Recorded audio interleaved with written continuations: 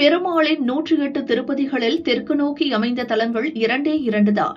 முதல் தலமான ஸ்ரீரங்கமும் 11வது தலமான திருச்சிறுபுலியூர் கிருபாசமுத்திர பெருமாள் கோயிலும் தான் அந்த சிறப்பு பெற்ற தலங்கள்.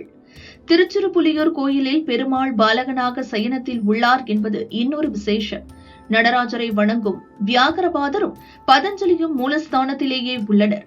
இத்தலத்தில் ஆதிசேஷனுக்கும் தனி கோயில் உள்ளது. பெருமாள் பள்ளி கொண்ட தலங்களில் இங்கு மட்டும்தான் குழந்தை வடிவில் சயன நிலையில் உள்ளார்.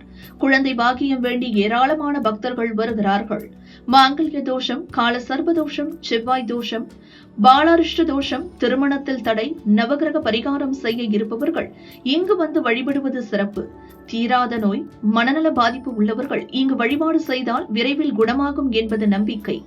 மயிலாடுதுறையிலிருந்து பேரளம் செல்லும் பஸ்ஸில் சென்று கொல்லுமாங்குடி ஸ்டாப்பில் இறங்க வேண்டும். அங்கிருந்து 3 கிலோமீட்டர் தூரத்தில் திருச்சிறுபுலியூர் உள்ளது. காலை 7 மணி முதல் 12 மணி வரை, மாலை 5:30 மணி முதல் இரவு 8 மணி வரை கோயில் திறந்திருக்கும்.